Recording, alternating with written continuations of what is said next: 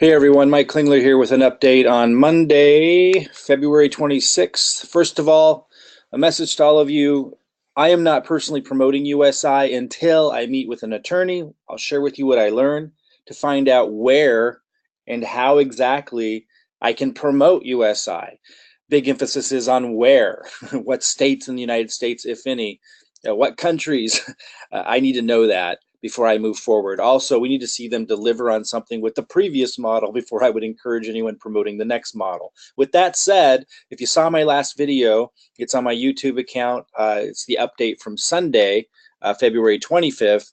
I ran through what the letter, from my perspective, meant that they put out.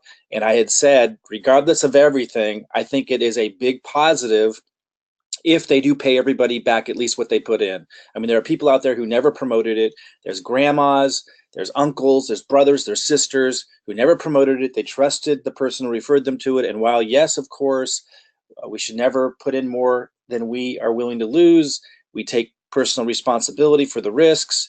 The reality is a lot of people were being shared the information about USI incorrectly, and that's why they have regulators and that's why they have rules, and a lot of those weren't being followed. And so I really hope USI can follow through on what they promised in that big old letter I went over yesterday and deliver at least that. If you didn't see that update, you can find it on my YouTube account. It's again February 25th update. Okay, so for today, a lot of people are asking in the USI discussions group. I went in here and saw, hundreds and hundreds of posts pending. It goes on and on and on. And a lot of them were saying, hey, where are my packs? And I had the same thing. I went in here and it says my available balance 0 BTC. All I got is tech coin in here. I don't have any BTC at all. Where is it? What's going on? And that's what a lot of people wanted to know. And a lot of people were freaking out about it for understandable reasons. Again, communication gap massively. Nonetheless, it has been said, and albeit I cannot confirm this, but I have seen people share responses back from USI customer support on this that basically said something to the likes of, please allow time for USI IT to complete the system reset. It appears that the usi-tech IT team are busy working on the dashboard and other reports in a live environment as part of a reset of the business to get the 2.0 up and going and allow business operations to return to some sense of normality. It was recommended, this came from Paul Taylor in the USI discussions group, stop looking at your dashboard for 24 hours, change the channel, watch something else, take a break. I mean, basically, the messages, and I read another post directly from customer support basically saying the same thing. Give the IT time. Again, I cannot confirm this, and I am not promising this, but what is being said is that soon we will see what is owed to us. And, that relates back to the update that I gave on Sunday, yesterday, February 25th, where I went over the letter and all the update that they gave. They call it the newsletter, basically a big long email that had described that they're going to do everything they can to pay 100% back to everybody. I'm assuming that we're going to see some accounting for what was owed. It just isn't there yet. So I'm not panicking. I'm going to give it a couple more days. My panic was the day I woke up and saw a big old nasty letter from USI a month and a half ago or whenever it was saying that my account was, and everybody's in the US and Canada was terminated. Ever since then, there's no bad news after that. It can't get any worse than that. So I guess it can get worse if they don't follow through. They go belly up. Like I talked about in the last video, guys, BitConnect just left everybody. They were really calculated, BitConnect, and not showing who they were. BitConnect, check this out. You got to understand this. BitConnect from the day one set out to do exactly what they did. That's pretty scammy. Now, I've said before, the United States college loan program is pretty scammy too. The real estate, boom that led up to the crash in 2008 was pretty calculated scammy. There's a lot of scammy things going on, so we got to put that in perspective. But Nonetheless, BitConnect was pretty scammy in the sense that from day one, they didn't show their faces. It was very calculated. They knew where it was leading and they knew where their exit plan was. That's pretty scammy. I mean, USI, they showed their faces from day one. They were out in the public. They were treating it like a real business. They thought they could pull it off smooth, and it didn't work out that way.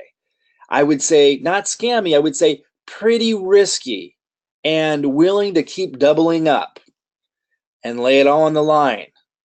And, you know, regulators have an issue with that too, with models that are that risky and putting our money at risk. That's why there's rules. You know, and these are things that I've just started to figure out and learn about. I'm going to be sharing that stuff with you too as we go forward. I'm looking for opportunities and things that are more solid in terms of not having quicksand underneath us. You know, maybe USI's 2.0 package will be that, albeit we are going to be skeptical, right? Like we need to see a lot first. I need to go talk to attorneys and find out where can I promote, how can I promote. I need to get more clarity, and I will be passing that on to you. If you didn't get my update on USI yesterday, where I went over the big old long letter, you'll find that on my YouTube account. I'll keep you posted. Apparently, we're asked to kind of just take a deep, you know, meditational reflection break from USI for a moment and give them a chance to update what is owed to us.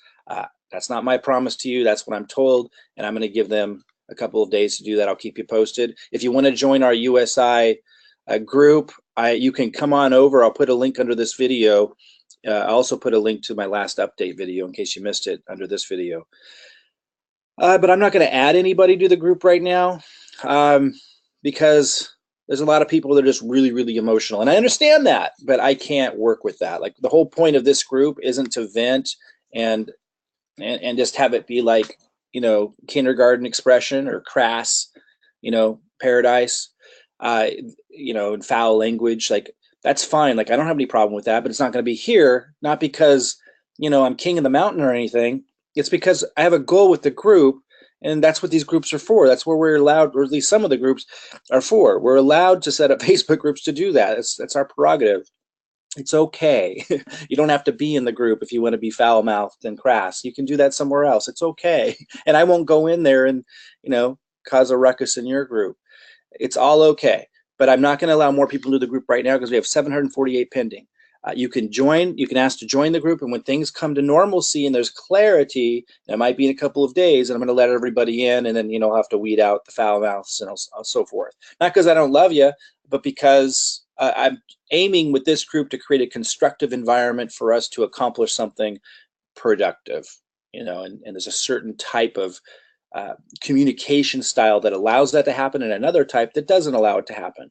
And so that's the point of that. All right, guys, links below if you want to watch my last update where I went over the letter, or if you want to go ahead and join this group.